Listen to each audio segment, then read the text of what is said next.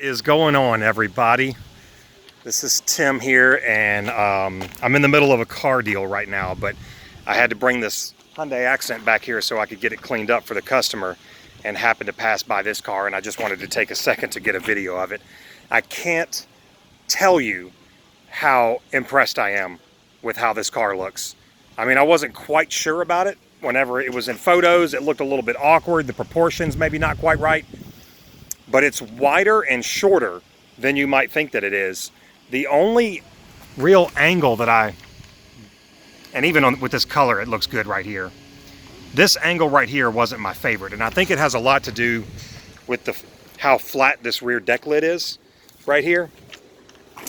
But goodness gracious, it looks good in person.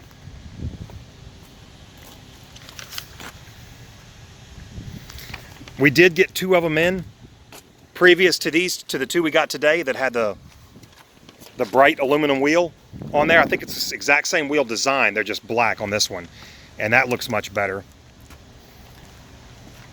The back end right here, this is a little bit of an odd look for this car because of how it's just the flat rear deck lid. I wish maybe it had a little bit more of an arch to it, but it's pretty keeping with the way that the C7 rear deck lid was. It's pretty similar, and it's especially if you're looking at a convertible model, how much flat surface there is back here. But the car it looks incredible. I don't know if this one's unlocked. Yeah, it is.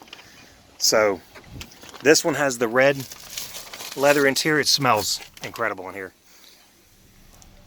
Everything looks really nice. The steering wheel on screen looks way taller than it is, and a lot of people are complaining about this squircle shaped wheel, but I think it looks really good, fits nice in the hand.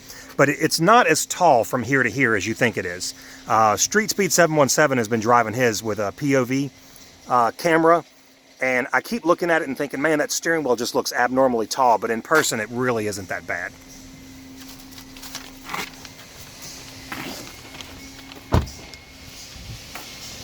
Of course, this one has you'll be able to tell all the Z51 packages just a glance at the brakes.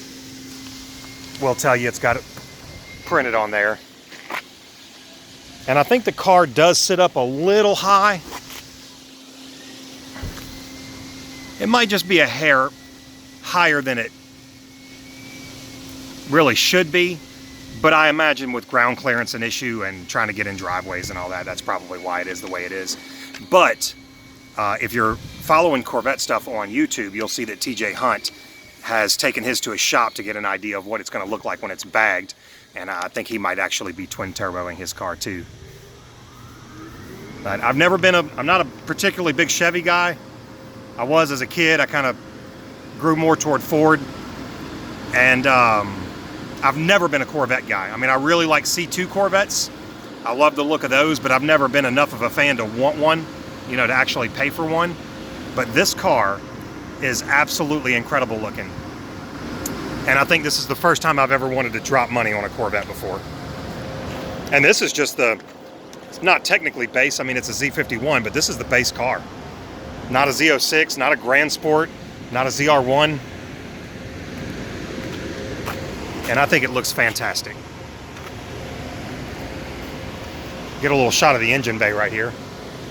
If you can see, I know there's a lot of glare. It's sunny today. Not the prettiest engine bay in the world. I mean, they certainly aren't spending the kind of money to engineer an engine bay like Ferrari or Lamborghini would, but still, for 80 grand, this thing's stickers for, I think, 78.